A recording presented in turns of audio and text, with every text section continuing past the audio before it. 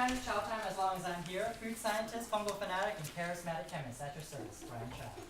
What you hear is an elevator pitch. And that's actually one of the key points that I will cover in this discussion that we're going to have on how to talk your way into a job.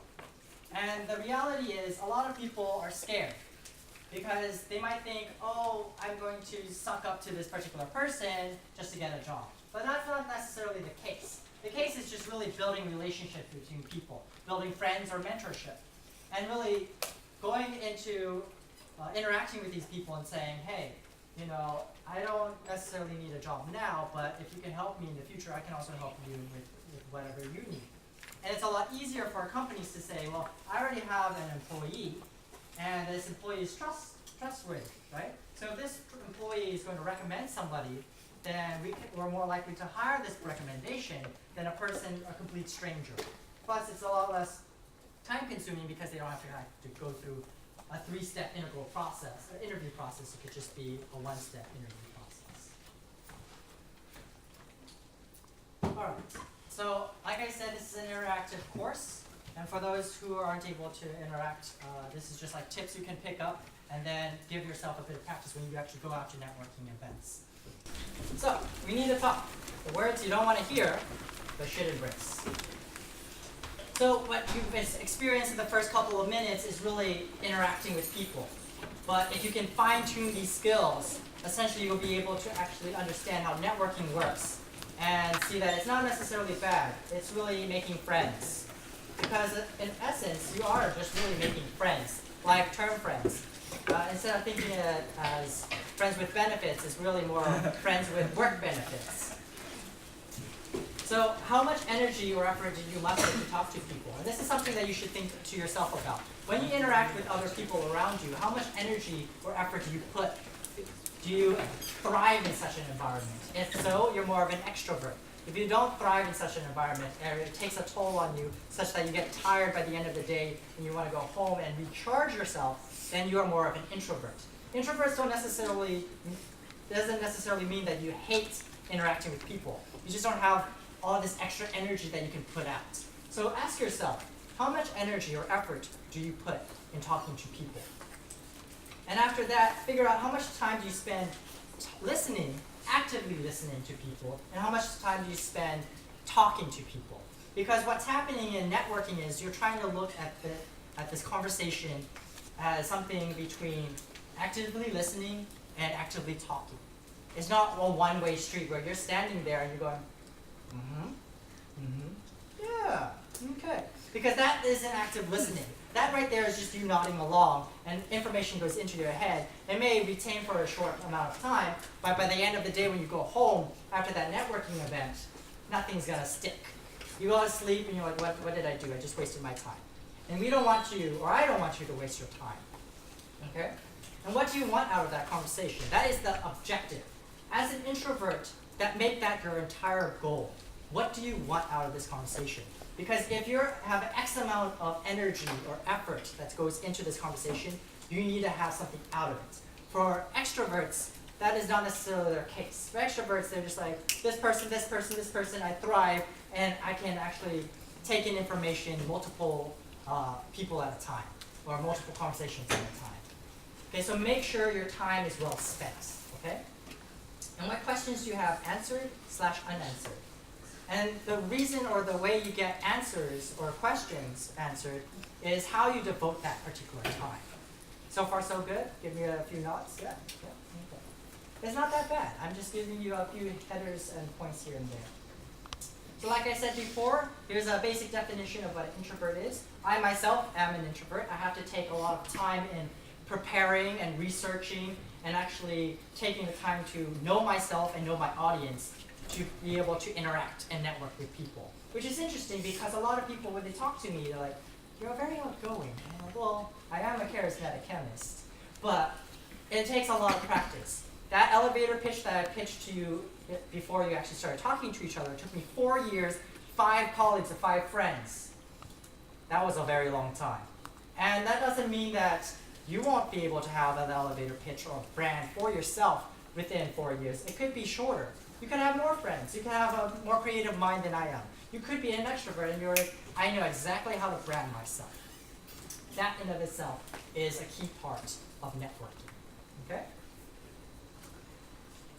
So figure out what works for you or what works best for you in a conversation.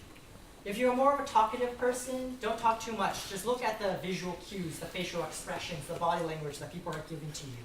Because what happens is, if you're talking and talking and talking, and then people are staring at you and just like, okay, that's great. You don't want to be that particular person because they're going to zone out. Make sure this is a two-way conversation. Analyze the conversation. And this is a key point that extroverts kind of overlook. But introverts, this is a key thing that you should make it as an integral asset to you. Okay? Don't give too much information because if you see this block of text, reverse that. Block of text is too long. Didn't read it? Well, that's exactly the point in our conversation. If you keep on talking and talking and talking and talking, whether rapidly or asking so many questions where they can't even say anything in return, or something in a monotone, and you're just talking like this all day long, then people are just not interested in you. Make the conversation lively. Make it interesting. Make it fun. Doesn't necessarily have to be about work. It doesn't have to be about nature. It doesn't have to be about the weather. It's something that you might be interested in, and what the other person might be interested in as well. Okay? And if you ever stumble, that's okay, because I have stumbled plenty of times, and we're all human beings. So people are like, yeah, I understand. Just have a bit of confidence in yourself. Okay? So yeah, if it's too long, didn't read, well, I'm not going to tell you the essence of it. It's pretty much what it means. It's too long. Again, figure out what works best for you in the conversation. If you're more of a listener, again, look into the conversation. When you listen, actively listen. Focus on this particular person. Zone out everybody else if it's only the two of you, right? And listen. Figure out 3 key points, 3 conversation pieces you can take home, okay? It could be about weather, although avoid the weather at all costs, because weather always changes, and so you can't really stick to the weather, and people don't really care much about the weather unless you're the weatherman. And if you are talking to the weatherman, then yes, talk about the weather. Otherwise, avoid the weather. 3 conversation pieces. It could be, for me, it's what I said in the beginning. Food, as a food scientist. Fungi, or mushrooms, as a fungal fanatic. And, as a charismatic chemist, chemistry. The chemistry of food, the chemistry of mushrooms. Those are 3 things that you can take away if you talk to me. What are 3 things that you can take away from the conversation when you're talking to somebody else? It could be job. You're just trying to find some level of compatibility between people. And if you don't have that compatibility, then move on to the next person. And take away that, it's practice. You're moving on to the next person. And you're getting better and better. Okay? Remember, at least 3 points. If you don't have 3 points and you only have 2 points by the end of the day, that's perfectly okay too. Just make sure that you at least remember 2 to 3 points. Okay? Doesn't have to be 3 points. If it's more than 3 points, even better. If it's a bajillion points that you remember, good for you. Good for you. So what else do you want from the conversation? And what information do you need? And this is really what you're trying to figure out. Because from conversation to conversation, it's really different. It's like when you're talking to a professor versus that of a photographer. Unless the professor is a photography professor, they'll be talking about completely different things. One will be talking about aesthetics, another will be talking about education. So figure out what you want from the conversation. Do you want more of an educational background? Do you want to talk about like grad school? Do you want to talk about how do you become a professor? How do you take better pictures? What if you only like black and white photography? What if you prefer a higher frame speed? Well, that's for you to figure out. Okay, and that's the end goal. That's always adapting. That's always changing. Yet, it can range from exchanging contact information. This is also integral. And what I mean by that is the 3 pieces of conversation that you take home. You use that when you connect with them again. Considering that you liked their conversation and you want to keep in touch with that person. Okay? So generally, what would happen is you would ask for their contact information. You would ask for their business card or some sort of LinkedIn account, maybe Facebook if you're really more on a personal level, if they're a Facebook employee or something like that. and you really take into account, what kind of information are they giving to me, and how can I contact them, and how can I contact them? Do they prefer phone contact? Do they prefer emails? And make sure that's part of the conversation as well. Okay, and then when you do follow up with them within the first 2 to 3 days. Because it's nice, because then they will just forget, because they might think, oh, this person that I talked to, we had a great conversation, but they didn't really keep in touch, so I'm just going to forget about them, because they might have forgotten about me. So be assertive and be in charge, and say, hey, or dear so-and-so, or hello. Remember me from this particular networking event, or this particular dinner? We talked about X, Y, and Z, or 1, 2, and 3. We talked about 1 and 2. Well, I also want to ask about this part. And then you start tying things in. You're able to have an introductory paragraph that allows them to remember if they ever forgot who you are and what conversation you had. That also allows you to continue the conversation if you actually liked that conversation piece, or change the subject so that they can remember you, and then they can figure out what you want and how you can help them as well. Okay? And in the end, they could be your friend, they could be your mentor, you could end up marrying that person, you never know. You never know. Okay? So maybe you need help on writing cover letters, or maybe you need an introduction to some other connection, like, oh, this person that I'm networking with knows a chef, and I really want to talk to the chef, like Chef Gordon Ramsay or something like that. And he knows Chef Gordon Ramsay like they're blood brothers or something. So that's another thing. You tie it in. You have your 3 conversation pieces, and then you go say, hey, speaking of which, we did kind of talk about cooking. Do you happen to know Gordon Ramsay, Chef Gordon Ramsay? Maybe we could eat at his restaurant or something like that. Ease into it. And if it's hard for you in the first place, just practice a few times. You don't actually have to send out the first email or make that first phone call and make it absolutely perfect. If it's an email, type it up. Look at it, review it, don't send it right away. If there's any errors, fix it. Have somebody else read it. Go away and then come back. Okay? Just read over it about 3 times, and the key number is 3. 3 times, and then you'll be able to say, oh, I know exactly what I wanted to say. I know the objective of what I want to say. And I think this is the greatest thing that I'm going to send out. There's no errors whatsoever. Everything is clear to me. Everything is clear to my friends or family. So it should also be clear to the person I want to network with. Okay? In the context of a phone call, write it up. Because if you're having a phone call, the other person on the other line doesn't see you. So you can have a speech ready, and you're like reading it off. So keep that in mind. As an extrovert, for those of you who are extroverts, you don't have to deal with that. But for introverts, use that. Use everything in your tool set as an asset for you. And there shouldn't be a reason why you shouldn't. Okay? And find out what the other person wants. Why were they there at that networking event? Is it because they were required to, or is it because they feel like it's fun? Or maybe they're just looking for somebody to hire, And so if it's one way or another, just figure it out. Ask like, oh, what brings you here? And that's a friendly conversation starter, okay? And so what happens there is it builds more mutual connection, mutual grounds, because then it allows you to actually open up the conversation and say, I came here because I'm looking for a job, or I came here because I just want to know more about this cultural awareness about this particular company, or I came here because I just wanted to make new friends, or I came here just for the food because I heard it's really good food. The key to networking is mutual benefits. Like I said, friends with work benefits. Think about in that context, okay? So think about what happens when you're actually talking to the people around you in the beginning of this session, okay? Think about it really hard. And think about all the things that I've talked about when we were talking about the conversation itself. How much of the time was spent talking, and how much of the time was spent listening? How much did you remember? Did you exchange contacts within that brief amount of time? Now, of course, in all aspects, this is just role play.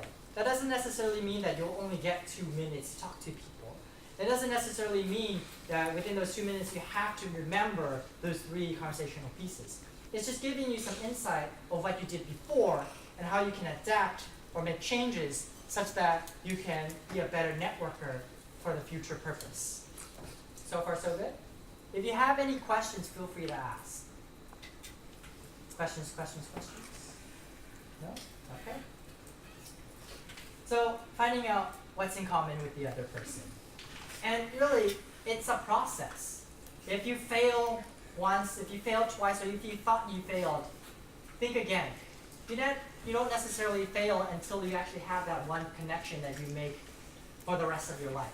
And you only really need that one extra connection. For all you know, that one extra connection may be a super connector, which means that person may know 1,000 plus people, and from those 1,000 plus people, they may know 1,000 plus people from there. So it expands exponentially. All you need is one person. You don't need to collect a binder full of business cards. All you really need is one person. One person who's willing to help you out as much as you're able to help them out. Okay? And of course, most of all, ask questions. Be naturally curious about their hobbies, their job, their lifestyle, their history, their beliefs, or their challenges. But don't make it so challenging. If they feel uncomfortable, then change the subject right away. Because if you feel uncomfortable in your own conversation, then that's the key thing. How would another person feel too? If you don't feel comfortable about a topic, don't bring it up. Okay?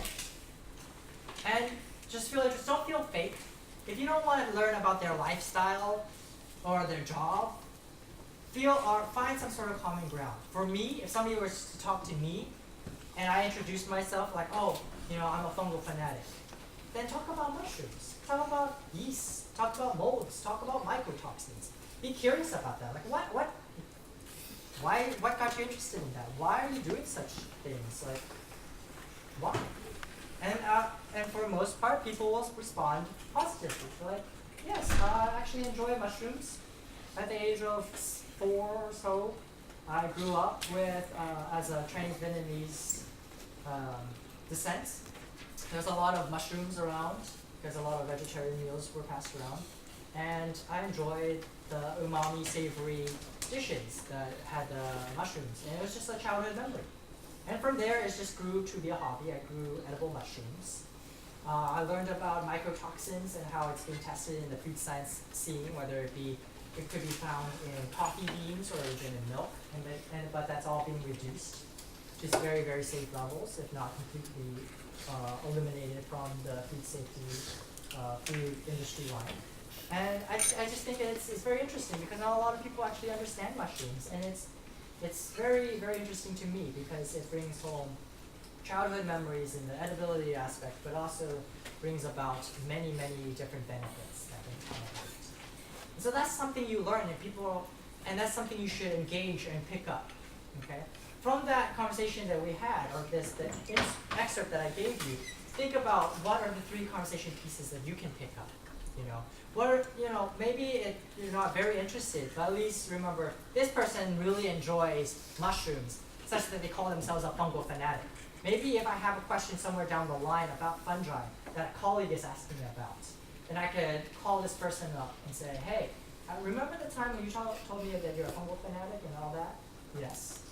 Well, I have this friend here, and both of us are thinking of applying some sort of knowledge into a startup, but more in the case of the medical field. And I'm thinking, we're applying this yeast to produce some sort of fatty acid that could really help reduce the amount of fats that's going on. What do you think about that? And that in of itself goes a very long way. Even if it's just advice, even if it's just consultation, it still helps you get from one place to another. It helps you, but also helps them because they feel that what they're talking about is actually being heard. And small talk is a way to start. But a lot of the times, small talk kind of just sucks. When I'm at parties, I'm generally the person who's like, if I know people, I'll talk to them. But if I'm surrounded with people that I don't know, and I didn't really do my research, I'm just standing in that corner like a wallflower, just drinking punch or the soda. I'm like, okay. And that's the thing. Small talk is hard. And I know it's hard because what are you going to talk about? if you have a few set of questions that you always bring with you that either helps you, such as like, are you interested in fungi? Are you interested in chemistry? That can tie back to you, then that can help go a long way. If they're not, then you know, hey, that's okay. What else are you interested in? Or if they're not interested in a conversation, then you move on to the next person. And what I'm talking about, or what I'm trying to say here is, small talk is not the only way. But if you like small talk, or if you can go to the point of small talk, that can push into deeper conversations and get you into where you need to be. Again, a strategy, okay? And don't ask hard questions right off the bat. That's the key thing. Don't start asking them, are you happy with your life? And if you ask that question, unless you're a philosophy major, and if you ask that question, you're like, whoa, who are you? I don't know who you are, and I'm sure I don't want to talk to you. Are you a psychologist? Are you a psychiatrist? Are you trying to sell me some sort of medical pill? What are you? Why? Get away from me. And that's the thing. If you don't want to be asked that type of question, don't ask it. But make the small talk first, and eventually maybe you'll figure out that they're very interested in philosophy or about happiness, the science of happiness and whatnot. Then you can bring up that conversation then and there.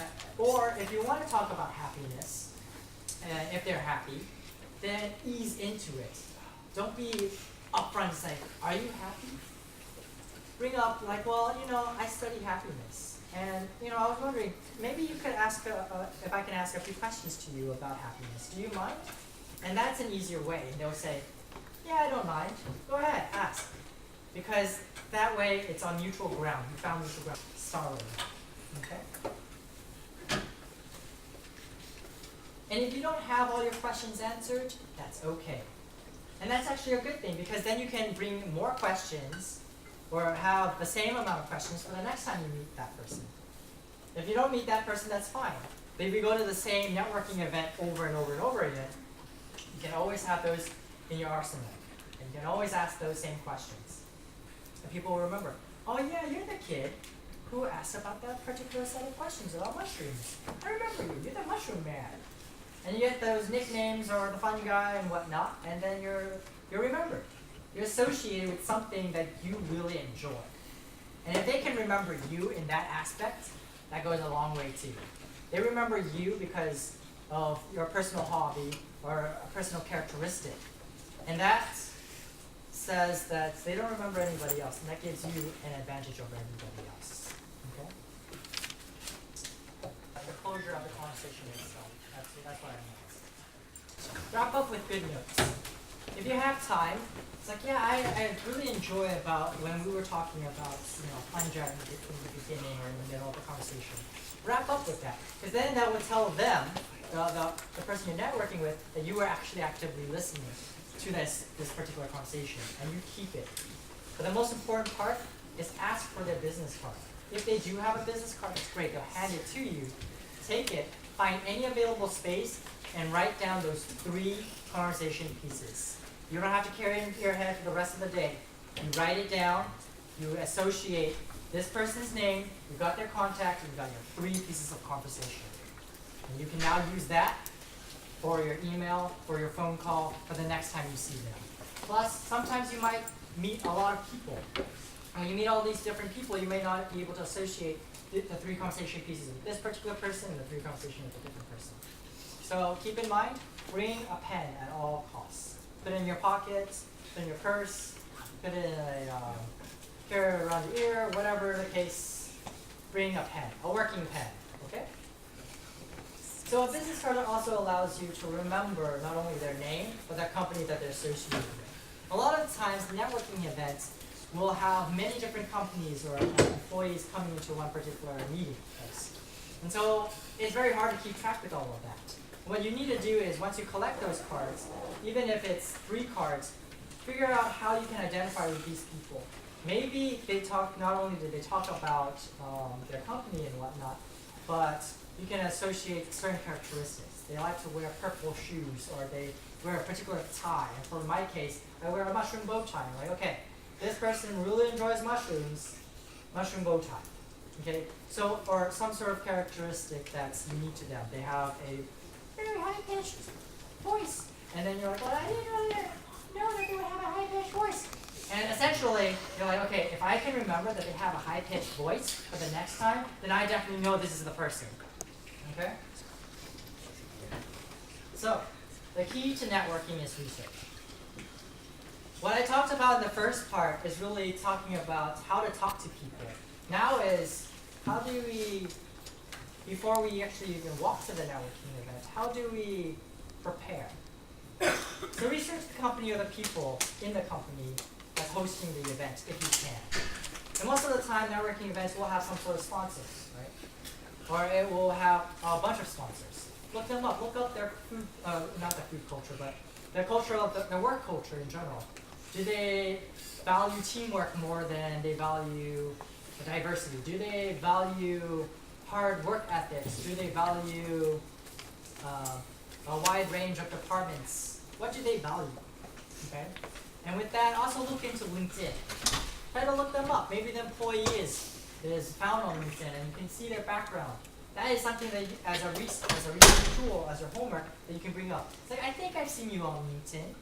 Did you go to this university or did you do this job before? And if that's them, then yes, you have some sort of central connecting point, a conversation piece you can add on to the conversation.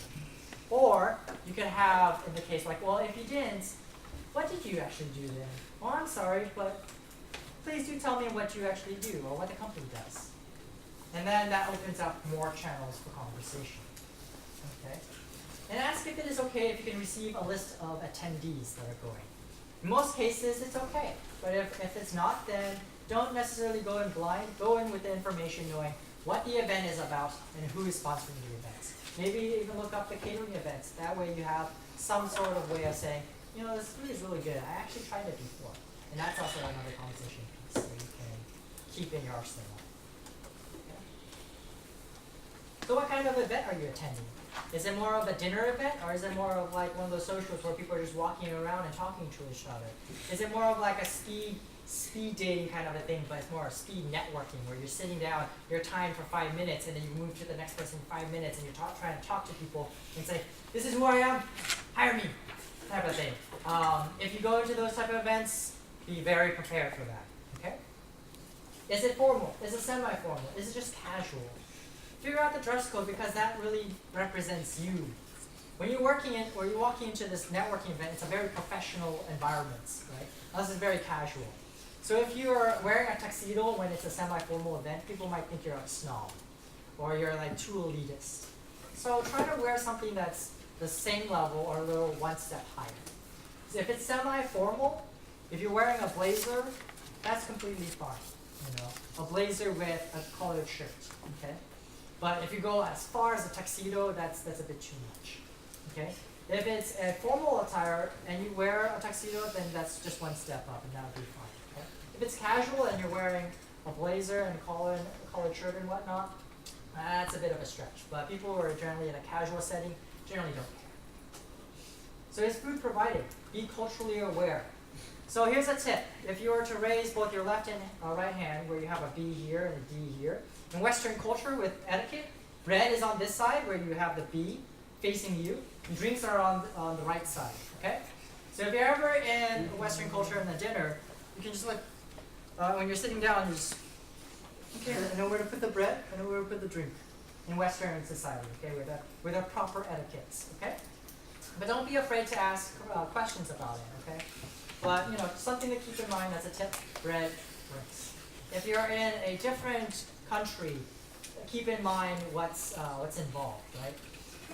Don't accept alcohol if offered. And the reason why, well, all of you are underage. But when you come of age, or you're in a country where it's legal or you can drink lower than 21, then just be aware of it, because the amount of alcohol you intake will influence you. And you don't want to like slip things that you will regret, okay? At all costs, just don't accept it. But if you become your friend, your mentor, or your employer later on, well, exclude the employer stuff, and they invite you to a bar and whatnot, accept it then, because then you have become friends, and it's more of a friend thing than it is more of a social networking or a networking thing, okay? but be culturally aware.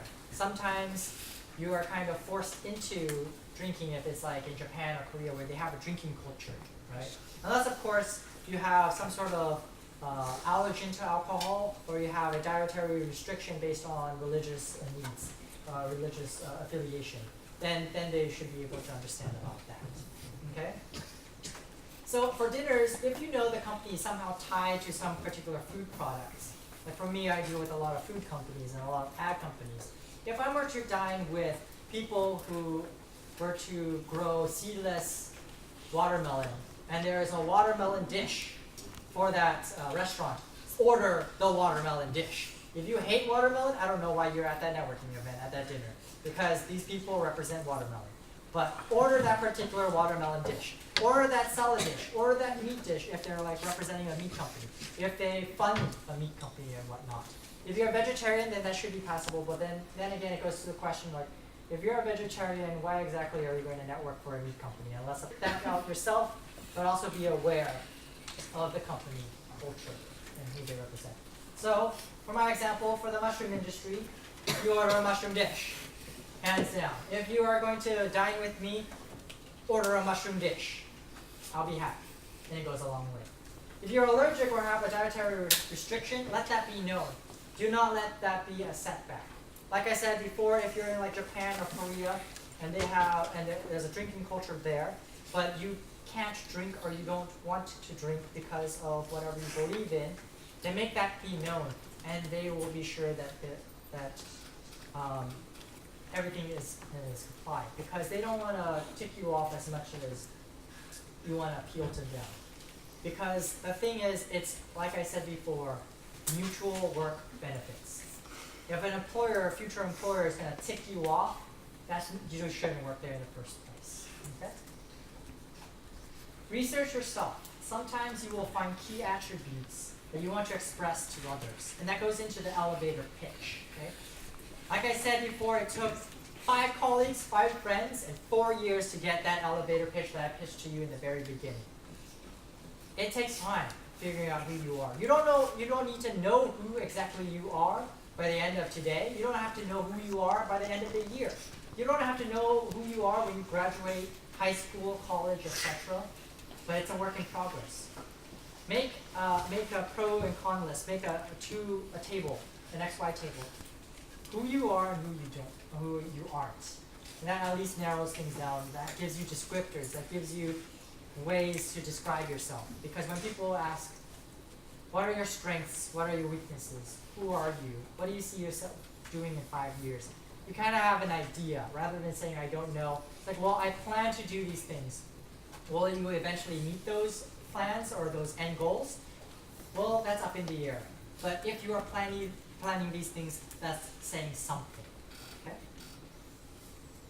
And make sure that the other person goes home remembering some certain attributes. For me, Ryan is a fungal fanatic. He is the fun guy. Pun intended. So when you create an elevator pitch, make it 3 to 5 sentences. Establish your goals. I don't know why there's like 2 with the square root 21 there, but disregard that. That's not part of the calculation into networking, just to let you know. Incorporate your goals. What brings you to town? Your passions or your attributes. But keep it simple. Keep it short and simple. Okay? But I know it says keep it simple, stupid. But if that's how you want to keep it simple, then remember it that way, then go ahead. But the thing is, adapt. Learn to adapt. Don't have a consistent elevator pitch all the same time. You change over time. So give yourself that leeway to change the elevator pitch over time. And that also allows people who you've networked with before to say, hey, I remember the time when you said you wanted to do flavor chemistry or something. But you changed your mind, huh? Yeah. A lot has changed. And that opens up the channel again for different types of conversation. Okay? So but rehearse the pitch until it naturally flows off your tongue. Don't make anytime is chow time as long as I'm here. Because that shows. Show confidence. Even if you think you're wrong, show confidence and then apologize for it. Because the thing is, if you show confidence, people will greet that more with more respect than it is with people who don't show that confidence. If you don't have confidence in yourself, then that might reflect how well you might work. Because if you're not confident now, and you end up in the workplace, they might not think that you're confident enough and you're competent enough to work in their workplace. It's a bit of a stretch, but people actually do think about that. Okay? But it's not a requirement, just to let you know. If you have the opportunity, go for it and pitch. But if you don't have that opportunity, it's okay. You just have an extra arsenal. And again, here's a thing. Do you need to bring a resume? Not necessarily. The first few times, bring it. Okay. That way, you have the ability to say, hey, I'm new here. Look at my resume. What do you think is good? What do you think is bad? And that gives you a few pointers. After that, start bringing your own business card and apply your elevator pitch to there. Put your number. Put certain attributes. Make it unique. Maybe the gloss is different. Maybe the shape is different. The orientation. Make your brand. And essentially, be early, smile, don't worry. And with regards to gestures, I know I don't have time for volunteers to come up, I'm sorry. But essentially, facial cues are a key thing. If you have another person and you're face-to-face like this, that means that people are being blocked from the conversation. Stand there, listen. If it's about 2 minutes in and they're not moving and they're not incorporating you into the conversation, if you're not contributing, move on to the next person, okay? But if you are one of those people who end up as a networker, stand like this next to the person. That way you talk to people, but you're also open to other people around you. Okay? And another thing, I know all of you have name tags here, but if you're ever given a sticky name tag, essentially right-handed, put it right here on your right. When you shake the person's hand, they will have the line of sight, meet the name, and then they'll see the face. Left-handed, and you can shake with, if they're allowed to shake with the left, shake with the left. But most of the time we're in a right-hand dominated world, I'm sorry. So you'll put it on the right regardless, line of sight. When you have that handshake, make it firm. 3 shakes, up and down, 3 seconds, eye contact, and let go. Any longer than that, that's kind of creepy. Any shorter than that, that's like what just happened. Don't be limp, don't be like this. Firm, but don't squeeze hard. It's kind of like squeezing a bottle. If you have a ketchup bottle and there's not enough ketchup inside and you're squeezing really hard, that's too hard. But if it's like a nice gentle squeeze for a ketchup bottle, that's okay. But if you're not even putting any effort into squeezing the ketchup out, then obviously that's too light. So think of it in that context. I hope you enjoy this, and I hope you network more often.